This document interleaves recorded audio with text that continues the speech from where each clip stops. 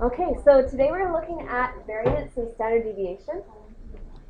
These are totally new topics, and a lot of times we wonder, like, when we're looking at the mean or the spread of data, why don't we just look at the average?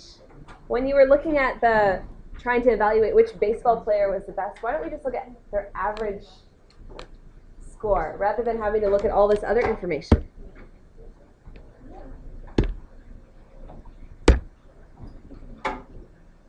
Okay, and that's why we need standard deviation.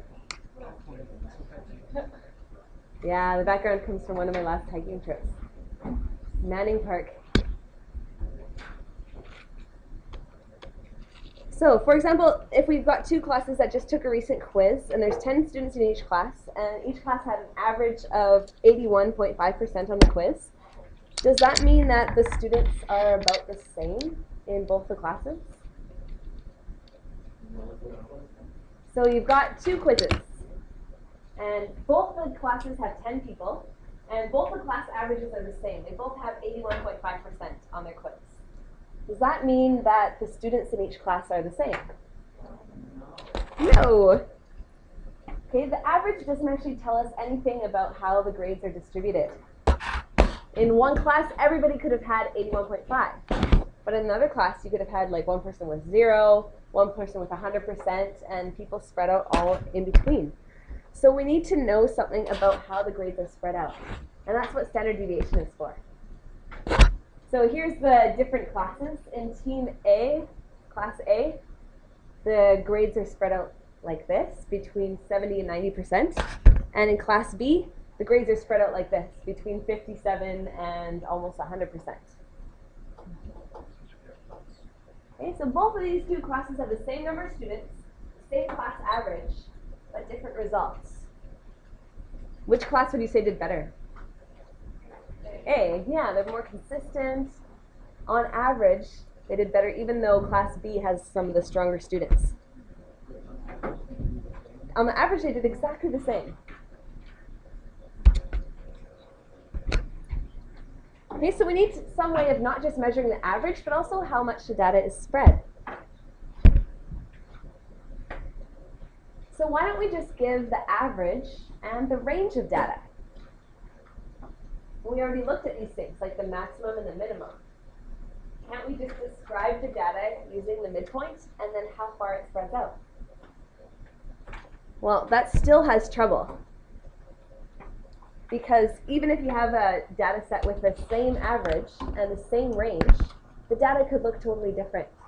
So it's possible for data to be within a range from here to here, and most of it be clumped around the mean. Or the data could be spread out more evenly, and they would still have the same range and the same average, but a different amount of spread. So that's why we need something called standard deviation. There's the average, and there's the range. So the average and the range don't necessarily tell you everything that you need to know about the data.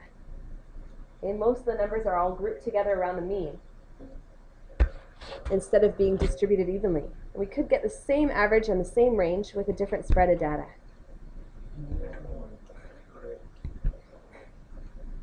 Okay, so the standard deviation is a number that measures how far away each number is in a data set from the mean.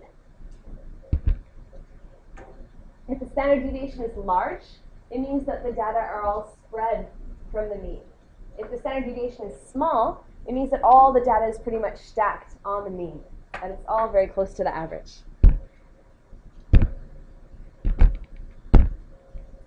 So here are the quiz scores for the math quiz for Team A. You can write this in on your notes.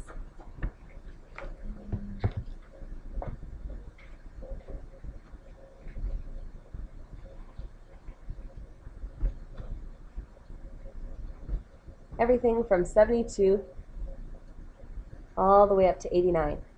You should have an extra line blank on the bottom, or we'll have some space to do calculations. Okay, and in the bottom box, you can write that the average is 81.5. If you don't trust me, you can calculate that for yourself.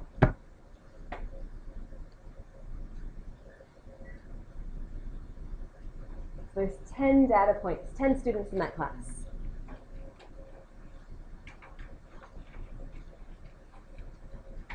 Okay, in the second column, where it says distance from the mean, we're going to write down how far away each of those data points is from the average. So in the green line there is the average. And we'll start with the smallest one. Let's just say, how far is that point from the average?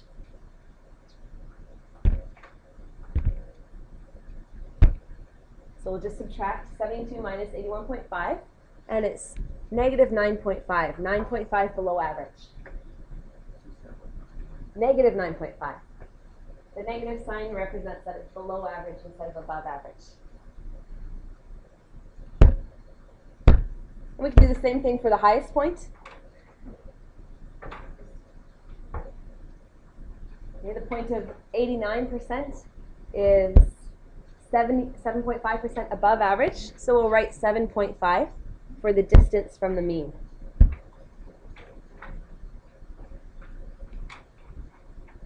Now we can continue to fill in that information for all the points.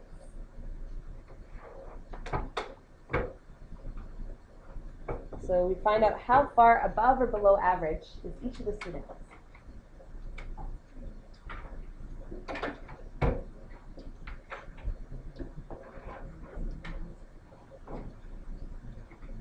If they're below average, then their distance from the mean is negative.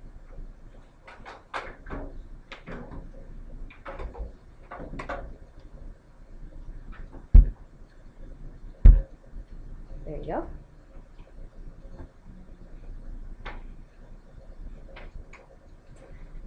Okay, so there's all the distances from the mean.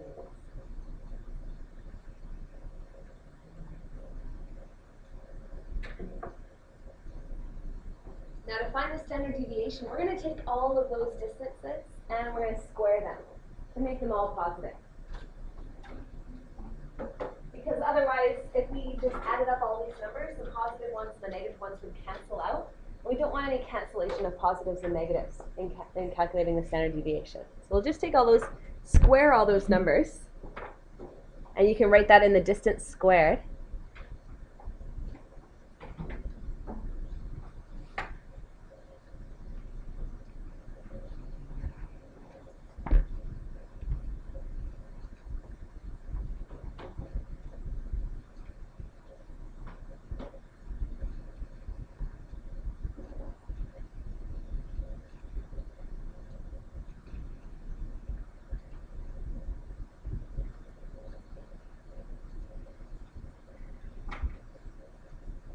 Okay, so for any given data set, the standard deviation is just one number to describe that data.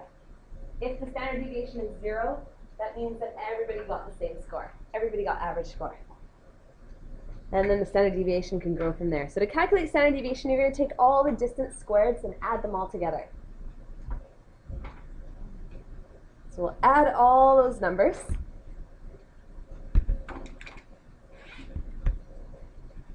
To get 214.5.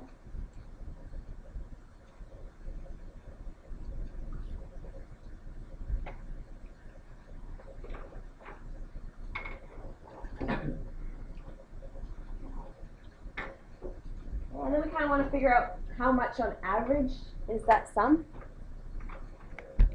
So we'll divide it by how many terms we have. And this is a little bit of, it's a little bit of a mistake. We can change that.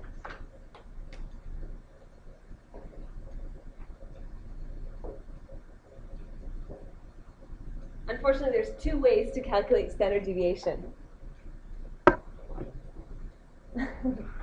So in IB standard level, we're always going to calculate the standard level, or calculate the standard deviation based on the total number of points in the set. So they're subtracting 1 here because it's a sample standard deviation. So that's just a little change. So the actual sum and average would be 21.45 instead of 23.8. To find the standard deviation, we're just going to take the square root of that number. Okay, and again, that number is not correct. So we'll take the square root of 21.45.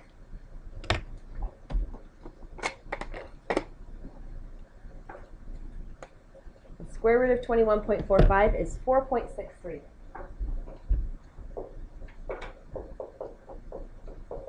And that is your standard deviation.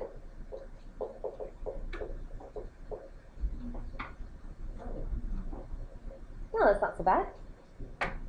Okay, so that's saying, it's a lot of steps, right? Yeah. It's a pain. You can imagine that if this is a really, really big data set, it's going to take a really long time to do. We don't want to do that. So I'm going to show you how to do it with your calculator.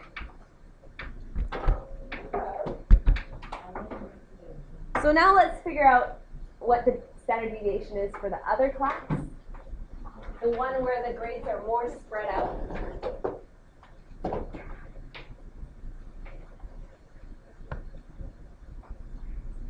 So it has the same average, but a totally different standard deviation.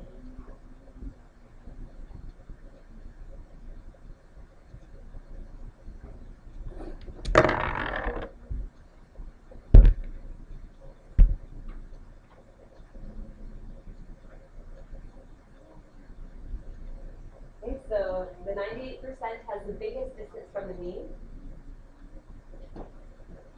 He's 16.5% above average. And the smallest 0.57% has the smallest distance from the mean. He's negative 20. He's 24.5% below average.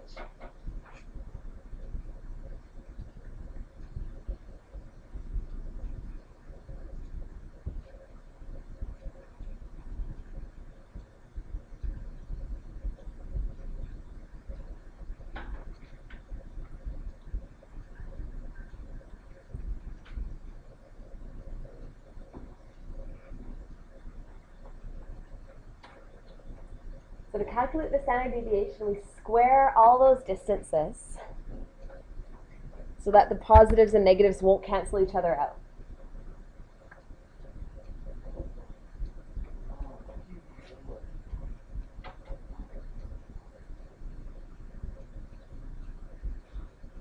All of them ended in 0.25.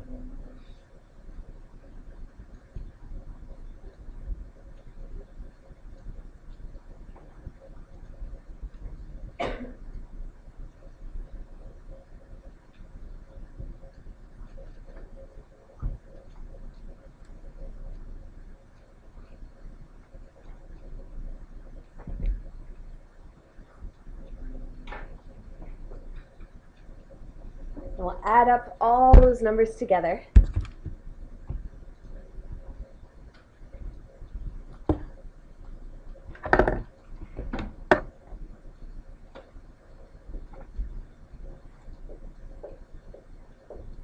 And divide by the number of points that you have in the set.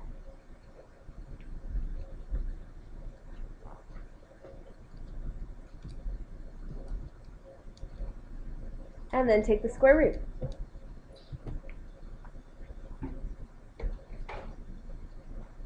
So the standard deviation of this set is 15.1. It's a much higher standard deviation because the data is much more spread out.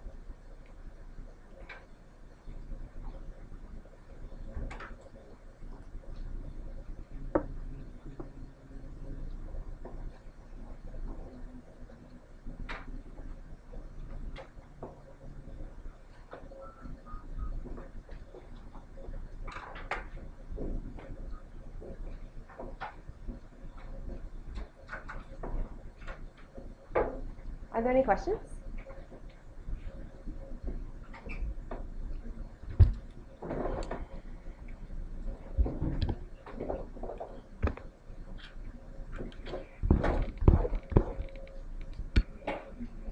Okay, if you take a look at your second page, there we have the definitions and the formulas for variance and standard deviation.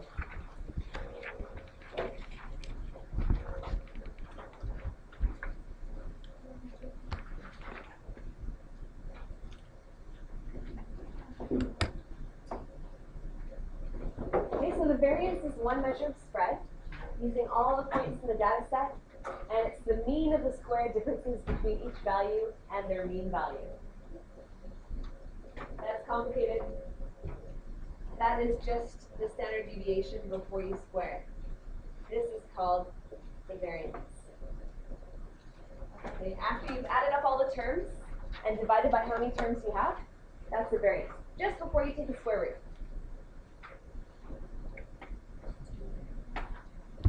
Okay, so this summation notation just means add everything together.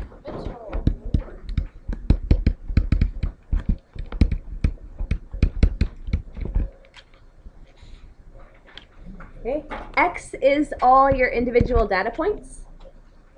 Mu is the average.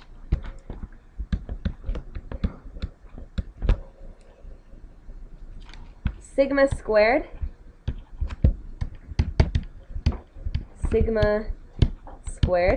is the variance, and n is the total number of data points. So this crazy formula just means you're finding out what is the difference from each point from the average, and then you're going to square all those differences, add them all together, and divide by the total number of points that you have. So that's just the steps that we did on the first example.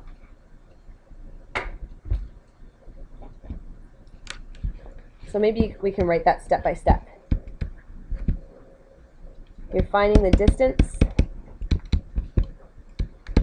from average for each point.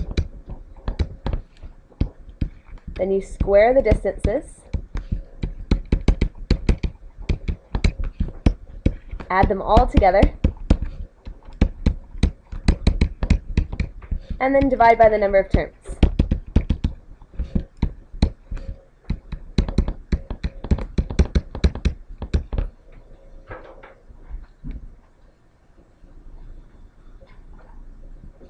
Okay, and the standard deviation is just the square root of the variance.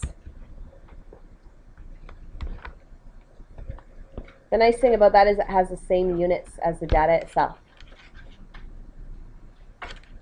So this is saying the same thing. N is the number of data points. Sigma is the standard deviation. Xi are all the individual data points, and mu is the mean. So this formula has the I and the n with it. This one could also. The I and the n just means start from point number 1 and go all the way up to point number n, which is the last point. So this is just saying add up all the differences. The distance. Yes? The sigma? The symbol for the standard deviation is a small letter S in the Greek language. Like that. It's like a circle with a little line on it. I think it's called sigma, and it's small letter S. Capital letter S is this one. There's a capital S in Greek.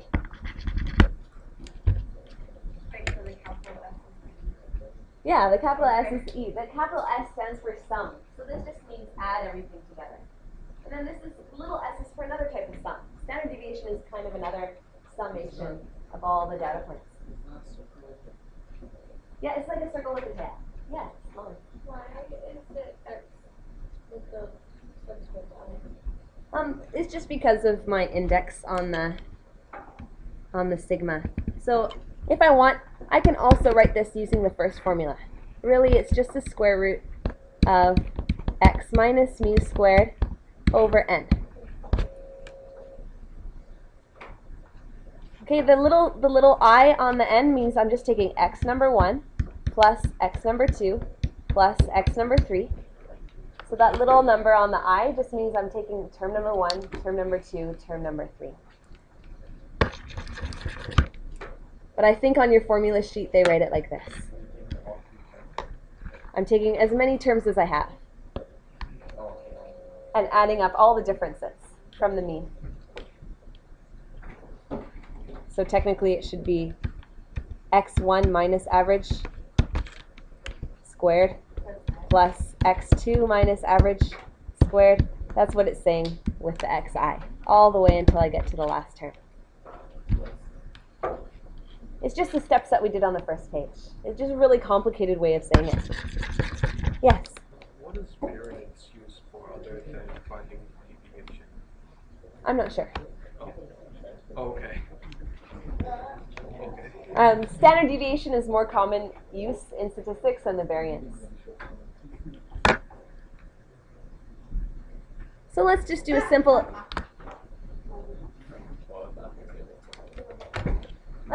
example here. I've got some 10 games. Here are the different scores.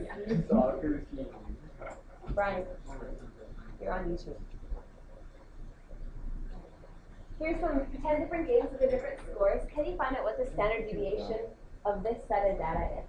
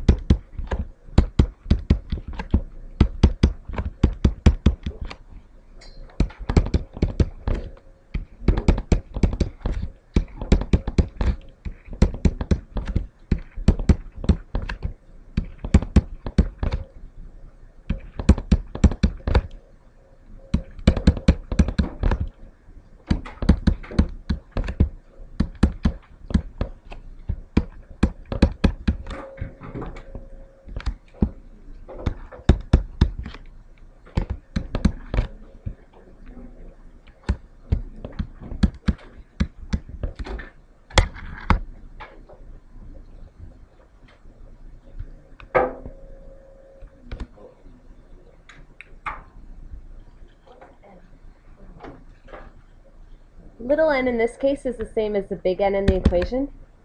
It's the number of terms that you have.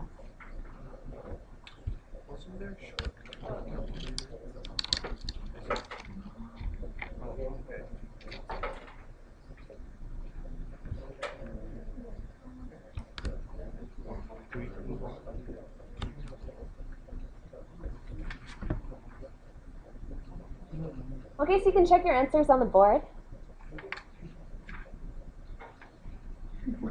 The sum of the difference from the mean squareds divided by n is just the 26.4 divided by 10, so 2.64. And this is called the variance. So part C is also known as the variance. Just before you take the square root. The standard deviation is root 2.64 or 1.62. Now I hope you're sufficiently frustrated with plugging things into your calculator that you're ready for a shortcut. So on the very last page, I've shown you how to put this into your graphing calculator.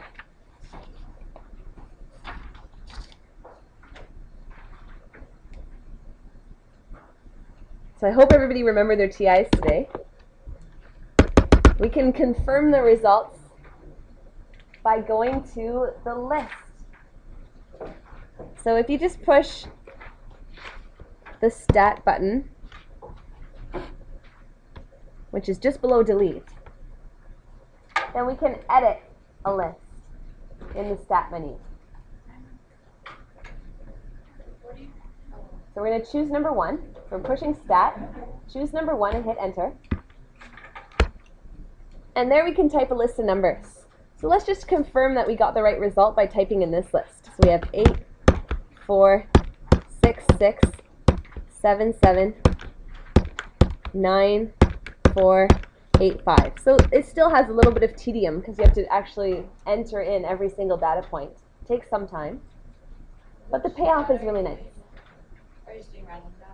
I'm doing the same example that we just did. Oh.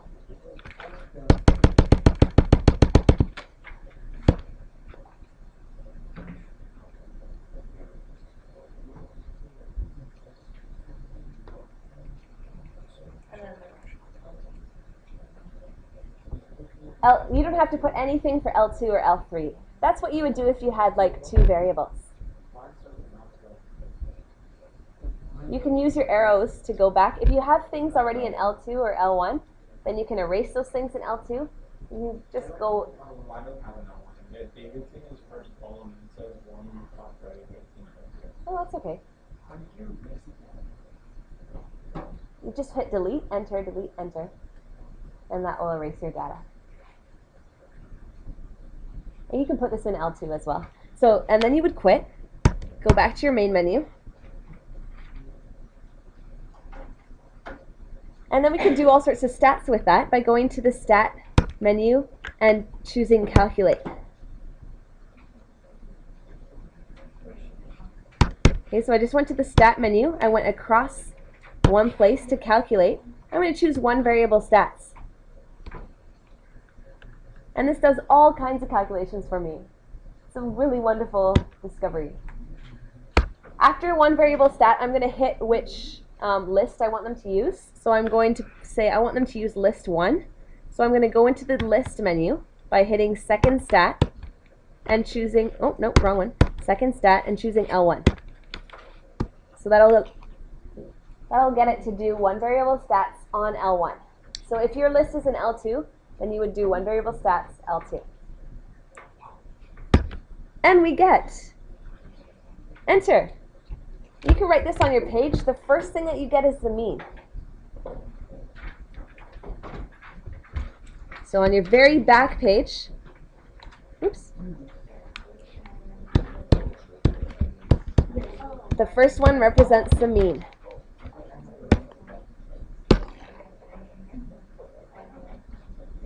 The second one represents the sum of all the terms. The third one is the sum squared. The one with the S represents the sample standard deviation. We don't use this one. Instead, we want the actual standard deviation, which is the one with the sigma. The real standard deviation is the sigma. So we use the one that's on the bottom, 1.62, which matches what we just calculated. If you keep going down, you get all sorts of other information. N is the number of terms.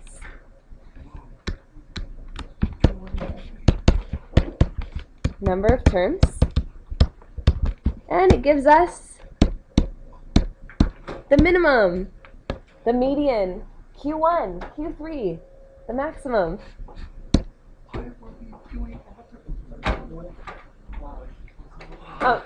I didn't want to tell you before because I really want you to understand the concepts before you see the shortcut.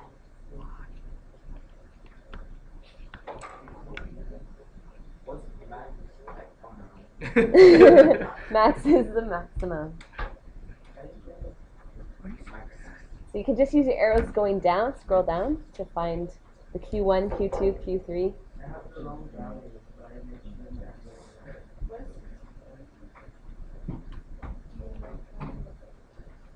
So let's try the second set of data, but this time it's only 6 points, and we can use a list on the calculator.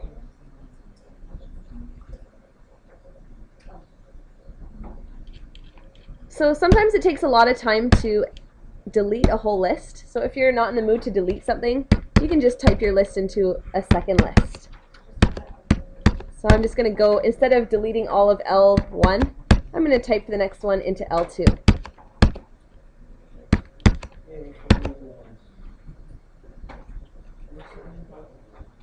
So this is example number 4. So I've got a group of 6 students.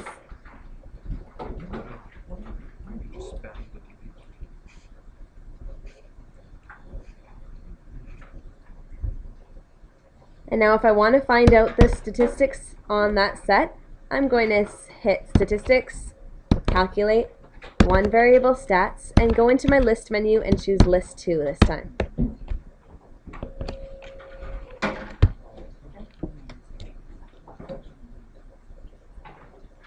Sorry, which set of data were we using? We're using the set of data from example 4.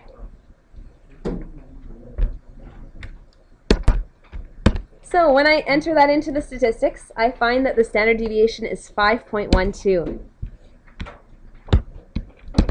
In order to find the variance from there, the variance is the same as the standard deviation squared. So I can just square that value. The number of terms is 6. And the average is 92.33. So now I just have to do a calculation. 5.120763832 squared will give me the variance, 26.2.